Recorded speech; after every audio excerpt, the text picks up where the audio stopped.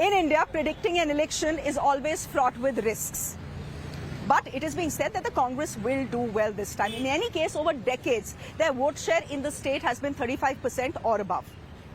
This time, Team Congress is being led by a pair of rivals. Mr. Siddaramaiah, who is a former Chief Minister, and DK Shivakumar, who is Mr. Moneybags and Mr. Muscleman as well. Question is, who's going to be the chief ministerial face of the Congress? Who's going to be the chief minister if the Congress wins this election? I put that question today to DK Shivakumar, and let's just say his answer was anything but diplomatic. Mr. Shivakumar, thank you very much for your time here on Mirror. Now, one of the challenges that the Congress is facing in the Karnataka elections, apart from the others, is who's the Congress's chief ministerial face? There are two claimants. Are you one of the claimants? See, I don't know why media is portraying of the claimants. Rahul Gandhi and the Congress President, Mr. Mallikarjun Kharge ji, has made it very clear. This is an election on collective leadership. So we are running the election on a collective leadership. Earlier, we had gone through Mr. Siddaramaiah in the last assembly election. But ultimately, we could not succeed. So they brought me as the president when Mr. Siddaramaiah resigned as the leader of the opposition and Mr. Dinesh Gundrao resigned as the party president. Srimati Sonia Gandhi appointed me as the president in the worst time of the Karnataka politics. From that day to day, I think you all are speaking on the chief minister post. That means the Congress party is coming to power. So I'm very happy you all have confidence that Congress will come to power. Well, I don't know, sir. Let's see. But has there been some sort of understanding with Mr. Siddaramaiah, if this is collective leadership that the Congress is working with? Is there some sort of understanding, forget the infighting, if and when, the time comes to appoint a chief minister, we'll just split it. We'll do 2 years and 2 years or 2.5 years and 2.5 years. Not no such understanding has been taken place. We are on a collective leadership. We will fight together. We are joined together. Our duty is to see that Congress party comes to power and we will give a very effective government with a governance. You're saying your full concentration right now will be for the Congress party to come to power, but your opposition is a mighty opposition with many, many hands and many more resources than you have. Yes, what's your plan? What's the Congress's plan? We do not match them with any resources or their master plan or master strategy. But our resources is the strength of the people. Whatever the double engine government was there, whatever the mighty government was there, we are able to prove to the state, we are able to prove to the voters that this engine has failed and no more they can't keep up the image what Karnataka has. Karnataka is a state where we had a very big image. The country had, the entire world used to look at India and India through Bengaluru and Karnataka. Now that has gone, it has become the corruption capital of this country. A country has lost its image through Karnataka. We have to somehow restore the glory of Karnataka and Bengaluru. But the counter flip side to that argument, Mr. Shivakumar, is the fact that you yourself have corruption charges against you. The Prime Minister on multiple occasions has stepped out and said this is Bhrashtachar Bachao Andolan. The entire effort to save Rahul Gandhi is all Bhrashtacharis, all opposition parties who are corrupt are coming together to launch this Andolan. The Prime Minister and the Chief Minister were asking for a witness. The Lokayukta has given a witness. The Contract Associate President, Mr. Keppanna, who has 2.5 lakh members in it, has officially said on record with you and the entire state that without 40% there is no commission. When we said that we pay CM, they could not reply. They was asking for an evidence. The Lokayukta has given an evidence. What more you need? So they wanted to cover up. They are just trying to bring things emotionally on caste, on division, on lot of polarization thing. But people are fed up with this. People have decided to root out Karnataka, root out BJP in Karnataka. See, on 10th, May 10th is not a day of election. It is the day which they are going to root out Karnataka, root out corruption in Karnataka, for a good governance in Karnataka, for a change of state and the party in Karnataka. So it is a very important day. It is not only the election day. We are going to see that Karnataka will have a change with a good administrative government. Whatever we have promised, we will fulfill. Mr. Shivakumar, but then the charge is going to be, how can the Congress and Mr. Shivakumar talk about corruption when the ED is after him, when there are charges of money laundering against him? I agree. They planted a story, they planted a case against me when Mr. Ahmad Patel election was there. They sent me, they raided me, they have fixed a false case, a political case which has been, they wanted to tarnish me, they pressurized me. I did not yield to them. I had to stand loyalty to my party. Whatever the direction my party had given me that day to save the MLAs in Karnataka, I do that. At that point of time, they raided and they filed a case. I'm fighting out. I believe in the law of this country. Justice will prevail upon me. All the opposition, they are not touching any single opponent parties. Only they are using this ED, income tax, whatever is there. Today morning I was speaking to one of my friend, a business friend of mine. He is just afraid. He want to disconnect a phone. They have all threatened it. They have all warned them. No one should speak to them. No one should help to them. So this type of pressure politics, and they are threatening all my friends and well-wishers. No one is trying to pick my phone. This is the situation what this country. Even if anyone want to speak to their children or their family or their friends, they want to speak on FaceTime, they want to speak on WhatsApp. This is what this country is facing. You've spoken about pressure on you from the BJP. Was there pressure on you to quit the Congress and join the BJP at any point of time, sir? Oh my God, there is a big story behind it. I think you have to ask some of the BJP friends. They will tell you. Sir, I don't have BJP friends. I don't want to tell. I don't want to be active. They wanted me to leave this Congress party. A lot of things are there. But I stand by loyalty to the Congress party and the leadership. I'm a congressman, I'll die as a congressman. So you're telling me there was pressure on you to quit the Congress and join the BJP, sir? Yes, of course. And when was this pressure, sir? I don't want to disclose the names, the confidential name, all I spoke, I don't want to disclose. Lot 3-4 years it is running like anything, and everyone in the state knows about it. Can I ask you then, what you make of the BJP's move? Including an officer who is at the rank of the DG, I'm telling you. I know what they pressurized me, how they pressurized. I gave an interview in some TV. I picked a jail than having a deputy CM post. That was on record. So you were offered the deputy CM's post? Yes. In turn for dumping the Congress party and joining the BJP? Yes. Okay. Can I ask you, moving ahead, can I ask you what you make of the BJP's moves to give 2% additional quotas to the Lingayats and Vocaligas? Do you think it's a master stroke, or do you think it is a master stroke? It is an election fox call. Nothing will happen. No one will guarantee about. They just created enemies in this country. They created enemies that, see, you have a constitution. You have to respect all sections of the society. You have to give a share, you have to share, you have to care. See, minorities had 4%. Lingayat and Vocaligas demanded as per the population. We have given for scheduled caste, scheduled tribe as per the rights and the population. So the Vocaligas asked for 14 to 16%. Lingayat also asked for 16 to 17%.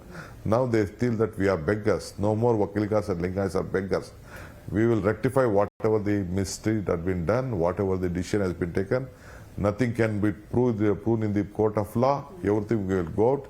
It is an election gimmick. They will fail and they will be answerable, and people of the state will answer to them and root them out. You're calling this an election gimmick. Is this a gimmick you will overturn if the Congress is voted to power? 100%. I'll overturn, see that justice will prevail upon everyone.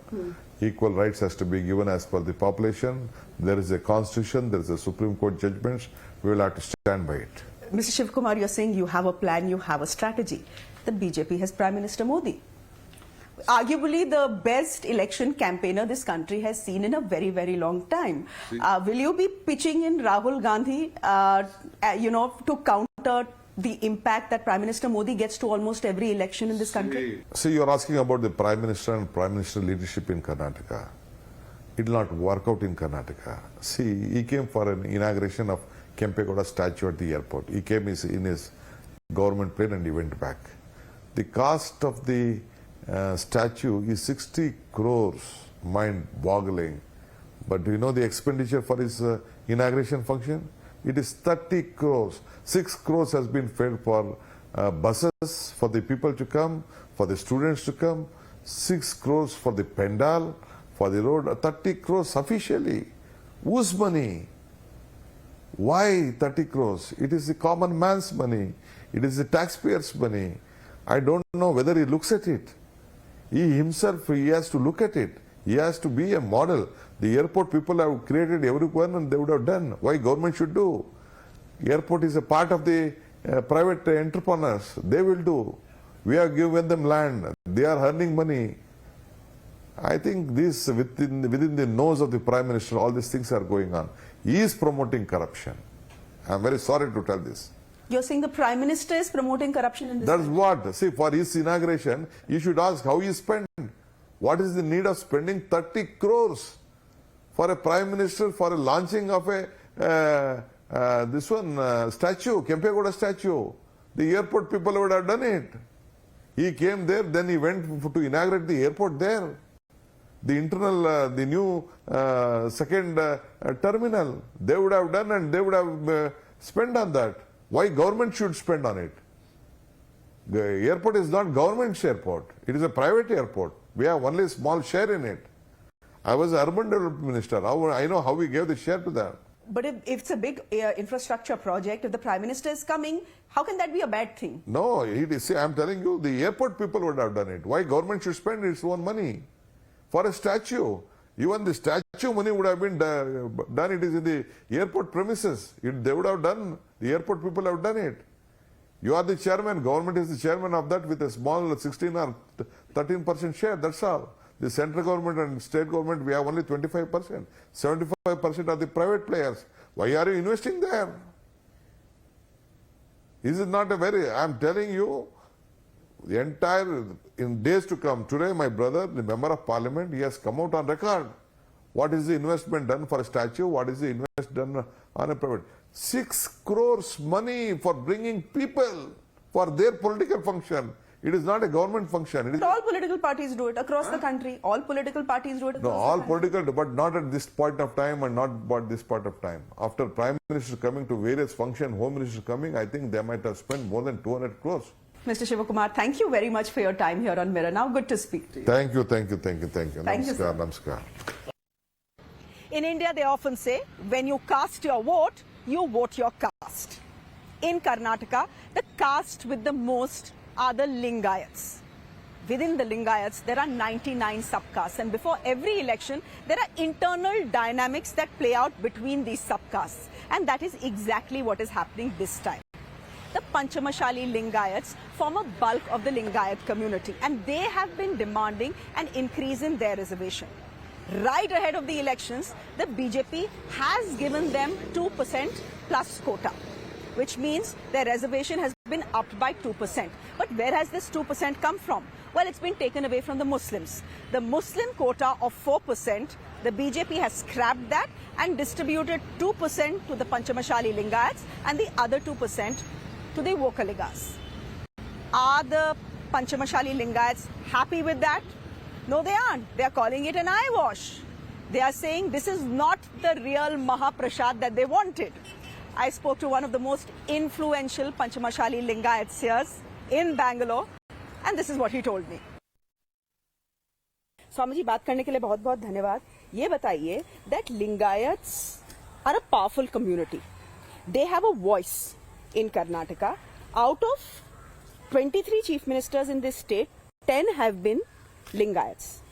Then why is the community saying it's marginalized और उसको कोटा चाहिए और आपका election issue हमेशा की तरह इस बार भी कोटा है? देखिए, लिंगायत जितने भी चीफ मिनिस्टर बने हैं उसमें सबसे ज्यादा जो है लिंगायत में 80% पंचमसाली कम्युनिटी है. पंचमसाली कम्युनिटी को सिर्फ वोट बैंक लिया है, उस कम्युनिटी के लिए कुछ नहीं किया है.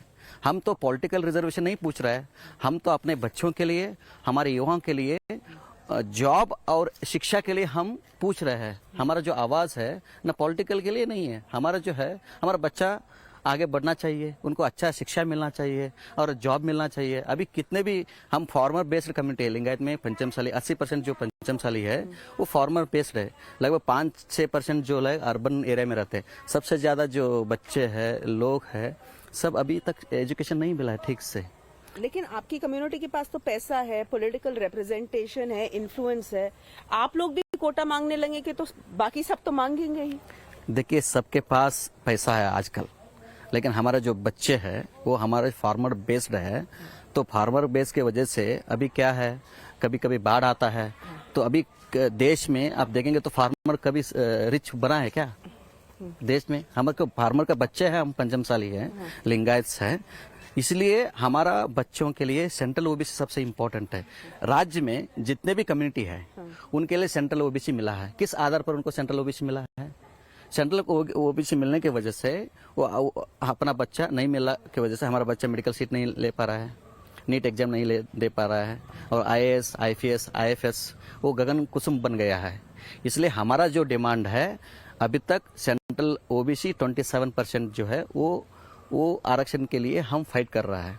ओके, यानी कि आप जनरल कैटेगरी से जाकर ओबीसी कैटेगरी में जाना चाहते हैं, वो अल्टीमेट एम। अभी हम स्टेट में ओबीसी में हैं, हाँ। सेंट्रल में ओबीसी नहीं है, और सेंट्रल स्टेट में जितने भी कम्युनिटी जो है वो ऑलरेडी ओबीसी में है। लेकिन अभी आपको 2% दिया है ना, 2% आपको दिया, 2% वोकलगास को दिया मुसलमानों का कोटा लेकर, तो उससे आप खुश हैं या नहीं है? जरूर हम खुश हैं, लेकिन हमारा जो जब फुल खुश जब होते हैं जब सेंट्रल ओबीसी हमको मिलता है तब हम खुश होते हैं। लास्ट क्वेश्चन, जो लिंगायत सेक्ट है वो भक्ति मूवमेंट से बॉर्न हुआ, जिसके जो रूट्स हैं वो सोशल जस्टिस में है, इक्वल रिप्रेजेंटेशन में है। आपको नहीं लगता कि मुसलमानों का हक लेकर आपको और वोकलगास को दिया गया है और ये गलत है? नहीं, बिल्कुल नहीं है, क्योंकि जो मुस्लिम्स कर्नाटक में जो है, देश में कहीं भी राज्य में जाइए, धर्म के आधार पर किसी को आरक्षण नहीं मिला है, स्पेशली कर्नाटक में मिला है।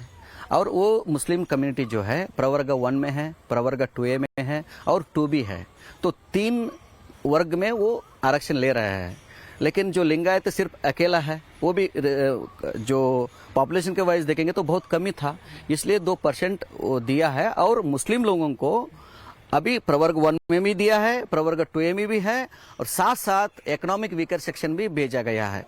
इलेक्शन ब्राइबरी नहीं समझ रहे आप? एकदम इलेक्शन से पहले आया। देखिए, ये विन विन सिचुएशन है। हर व्यक्ति अपने स्वार्थ होता है, और स्वार्थ थोड़ा हम बोलते हैं थोड़ा स्वार्थ और बाकी परमार्थ। अच्छा, चलिए, धन्यवाद। नमस्ते। You've heard from the Lingayats. Now let's hear from the Muslims. The argument is simple on the other side. They say, if the BJP's logic is that religion-based quota is not allowed by the constitution, then why is it that only Muslim quota in the state has been scrapped and not the quota for Jains or Christians in the state? I went to Bilal Masjid this evening to see to some students there. This is what they told me. I'm at the Bilal Masjid here in Bangalore speaking to some students.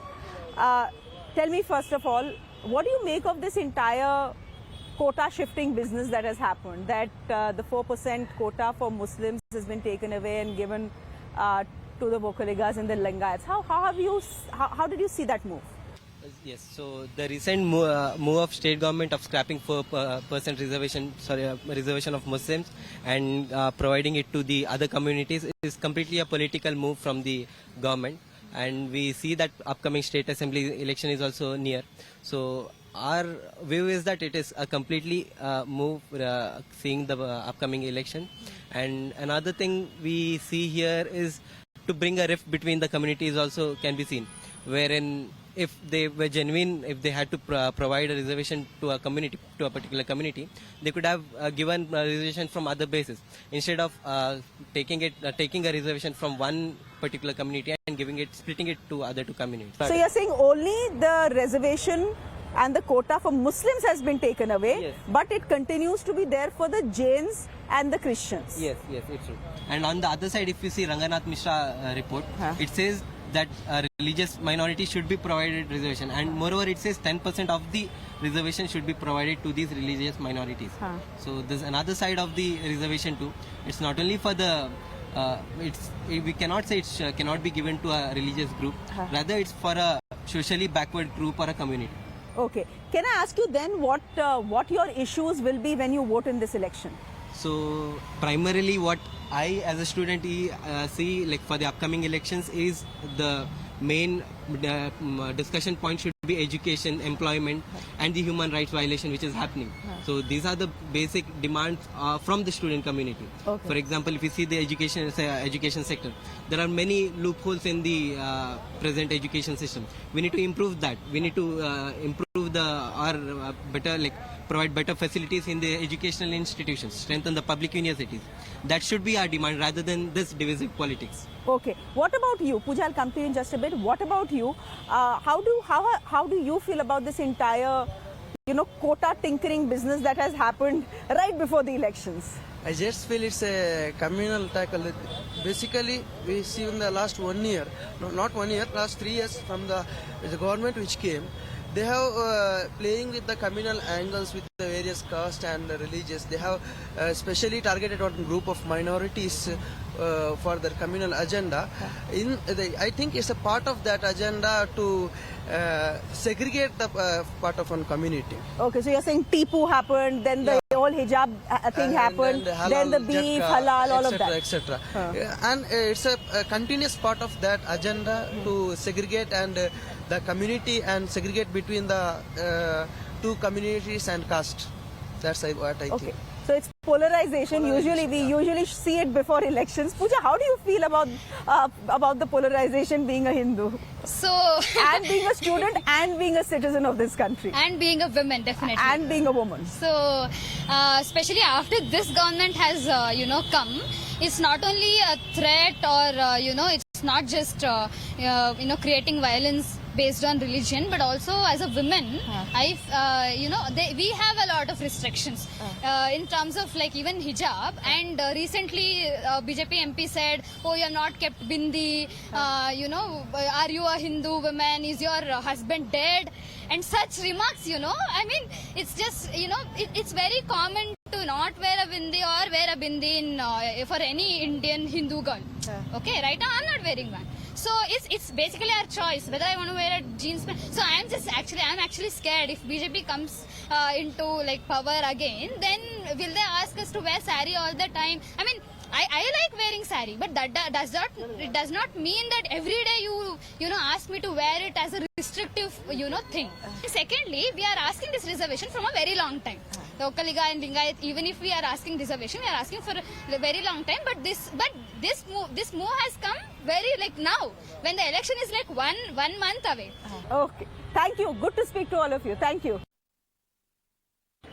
Caste and religion are just two of the many factors at play in the Karnataka elections. There are civic issues as well, issues that touch the lives of citizens every day.